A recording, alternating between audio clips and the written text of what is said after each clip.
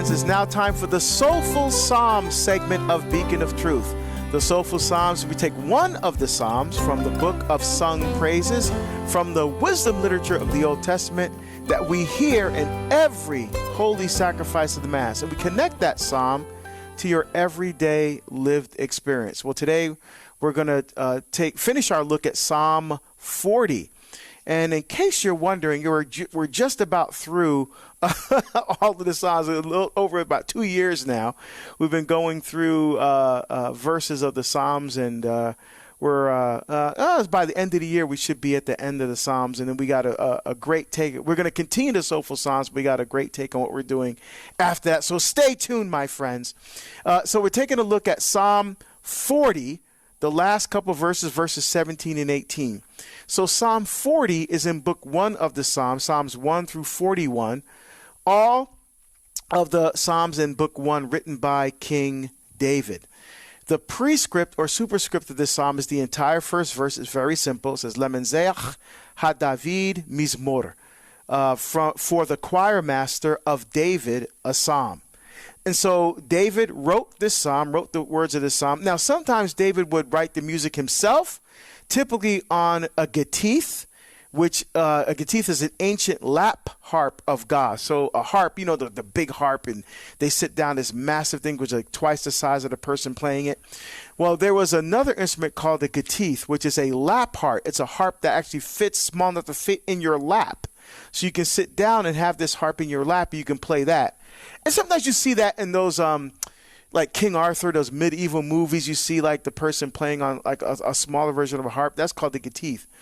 And David sometimes wrote psalms on that, but he also gave psalms to the musical guild, the superintendents of the musical guild, which were all Levites, and they put music to the psalm. And that's what the case is here. And so this one started off, I waited for the Lord, and he stooped down to me. He heard my cry.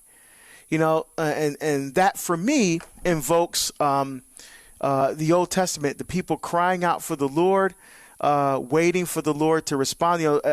In slavery for hundreds of years, there for the Egyptians, and then after the split of the northern and southern kingdom, you had Jeroboam in the north and Rehoboam in the south.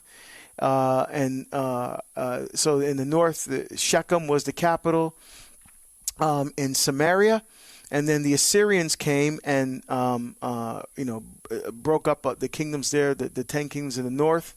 And then in the south, it was Babylon that came in, because Jerusalem was the capital in Judea, and the Babylonians came in. Although in the north, they never came back. Well, some of them came back, but they had mixed with the Assyrians, and they became the Samaritans, right? They were in Samaria, and they became the Samaritans. And after 70 years of exile from the Babylonians, the tribes came back. But the only one that really survived was Judah. That's where the Jews come from. It comes from the tribe of Judah. So not all Israelites were Jews, only those from the tribe of Judah.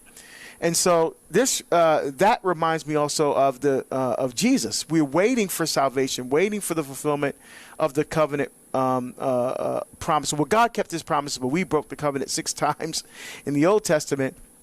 So God sent his son Jesus to establish the new and eternal covenant.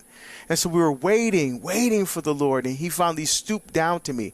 What the Catechism calls divine condescension.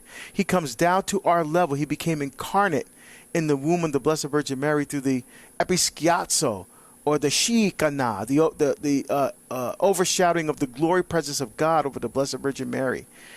And the Word of God became enfleshed in her womb, and she gave flesh and blood and sinew and bones to God. It says, he heard my cry. We cried out to the Lord, and he came to save us through his son, Jesus Christ. So now we go to the end of the psalm. Verse 17 says this, oh, let there be rejoicing and gladness for all who seek you. I love that. All who seek the Lord with a sincere heart. Seek the Lord, and he will be found. Call on him, for he is near. Right? He's never far away from us. Now, sometimes it may feel like he's far away from us. But in reality, he's never very far from us. It's sometimes we who feel, because of our sin, we create the distance between him and us. God doesn't want to create that distance. We do. But he's always near to us, looking for us to come back, looking for us to come back into right relationship with him. So, and when that happens, there's rejoicing and gladness, right? There's more rejoicing over one sinner returning than 100 righteous people entering heaven. The return of one sinner back to God gives God more joy than 100 righteous people coming into the kingdom. So that's always something to remember. That's why we have to witness to our faith, right? That's why our faith, we can't keep the faith to ourselves. We have to be witnesses and examples of Christ's love to this broken, hurting, and confused world. So rejoicing and gladness for all who seek you, those who are seeking the truth, those who are on a journey, especially I'm thinking about now the people in the OCIA who are working to come into the church, who are learning more about their faith. And hopefully what they're doing is not just learning in their head, academically learning facts and knowledge about the faith, but that's making the transition to the heart, where they're falling more deeply in love with Jesus, where they're learning more about Jesus, and in that learning, that knowing, that growing, there's a spiritual maturity there. It's just like we get to see, all of this is all about relationship.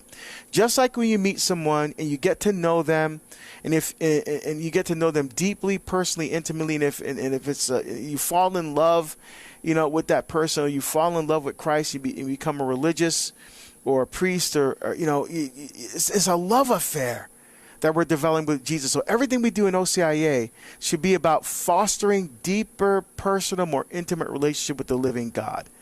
Everything we do must be geared toward that end. And David here is reminding us of that. The rejoicing and gladness for all who seek the Lord with a sincere heart.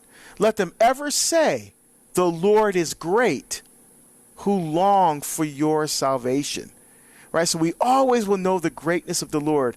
It's when you look back in hindsight, when you're in your late 50s like me, and you're looking back on your life with hindsight, you're looking back at all the things that led you to where you are now.